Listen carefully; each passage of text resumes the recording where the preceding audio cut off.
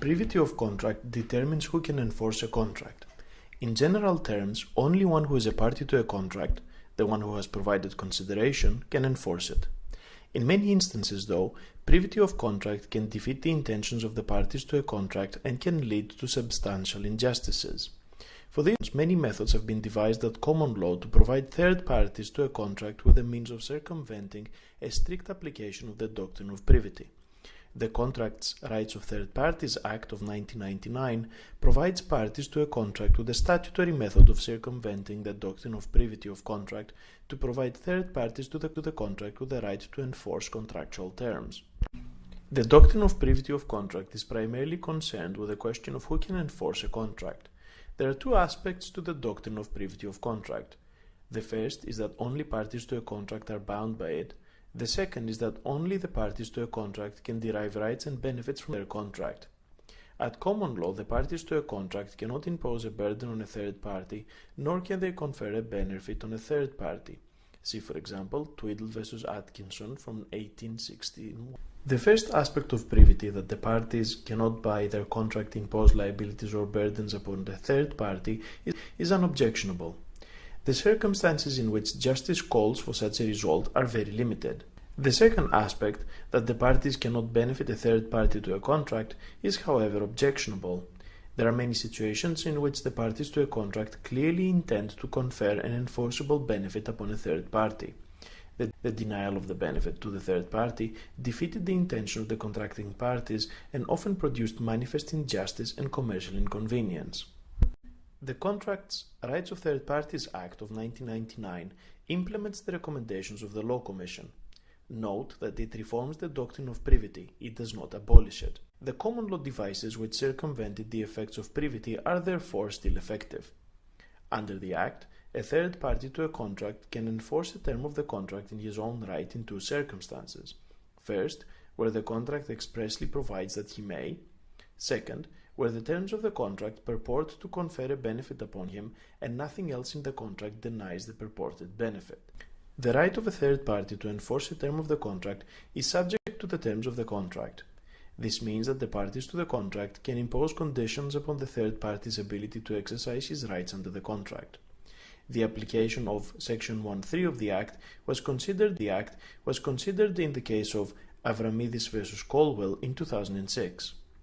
The Court of Appeal held that Section 1.3 required the contract to expressly identify the third party by name or class.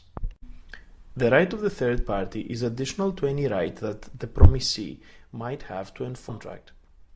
Generally, the parties to a contract cannot rescind the contract or vary it in such a way so as to either first deny the right of the third party or second, alter the entitlement of the third party once the third party has acquired the right to enforce the term of the contract. The third party receives protection from such later changes to the contract in two instances. The first is where the third party has communicated his assent of the term to the promissor. The second is where the promissor is either aware that the third party has relied upon the term, or the promissor can reasonably be expected to have foreseen that the third party would rely upon the term, and the third party has relied upon the term. The Act provides that the contracting parties can provide otherwise in their contract. They can contract to allow a rescission or variation of the contract without the third party's consent, or they can obtain the consent in a different manner than that set out in the Act. The common law allowed claimants to bypass privity through various mechanisms, including the following. Enforcement by the promisee. This is an obvious proposition, and it is essentially what occurred in the case of Beswick v. Beswick. The estate of the promisee was able to enforce the promise. Two difficulties can arise when the enforcement is to be made by the promisee. First, the promisee may be unwilling or unable to enforce the contract. Secondly, it might be difficult to find an appropriate remedy for the third-party beneficiary.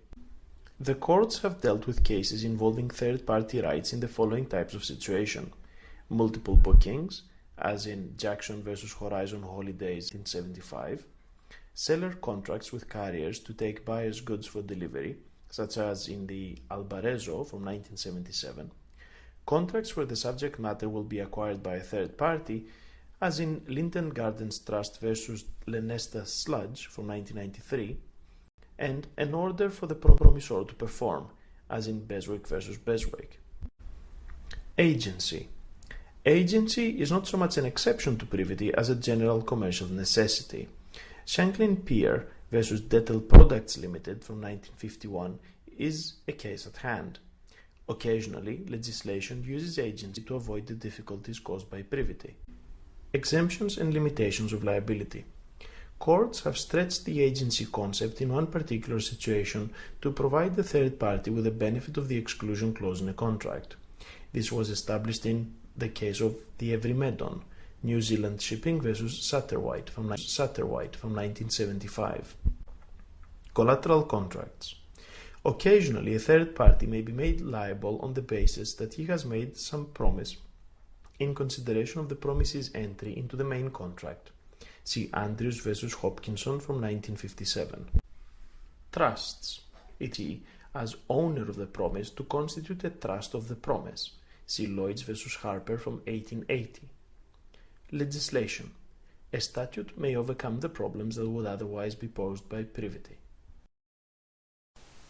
We can see a contemporary application of Section 13 of the Act in Chadley versus Clydesdale Bank from 2019. Section 1.3 provides on the rights of third parties to enforce contractual terms. It says the third party must be expressly identified in the contract by name as a member of the class or as answering a particular description, but need not be in existence when the contract is entered into. Chadley involved a situation where a contract between a bank and an investment company specified how investors' funds were to be held. In these circumstances, the Court of Appeal held that the investors were entitled to sue the bank for breach of contract in their own right under the 99 Act. The purpose of the contract was to protect investors who, although not expressly named, were sufficiently identified as a member of a class. In contrast, in Bates versus the Post Office from 2019, assistants working in post offices were not able to bring an action in their own right under the Act. It could not be said that contracts to which sub-postmasters and the post office were parties were entered into for the purpose of training assistants. It seems that the training of assistants was an incidental effect of the contractual performance of the sub-postmasters. One specific area of contemporary significance in relation to third-party rights is data protection. After instruments such as the EU General Data Protection Regulation, known as GDPR, and the California Consumer Privacy Act in the USA, the legal environment governing data has changed significantly, and this affects the rights of third parties under contracts relating to the collection and use of data. As per the GDPR Article 4, a data controller is the entity, person, organization, etc. that determines the why and the how for processing personal data. A data processor, on the other hand, is the entity that actually performs the data processing on the controller's behalf. In this context, third party means a natural or legal person, public authority, agency, or body other than the data subject, controller, processor, and persons who, under the direct authority of the controller or processor, are authorized to process personal data. Other important points include that the third party would be considered the recipient once personal data is disclosed to it, and legitimate interests of third parties can also be used as a legal basis and to justify processing of personal data by the controller where relevant. The consequence of these definitions is that third parties may have responsibilities for the use of data and find themselves subject to liability in ways that transcend our contract law-grounded definitions of rights and liabilities arising from consensual agreements. Anyone working in a field involving data will need to inform themselves of these new frameworks to ensure compliance with a complex set of rules. And in case you were wondering, the relevance of the EU's GDPR transcends any domestic legal frameworks instituted post-Brexit in the UK.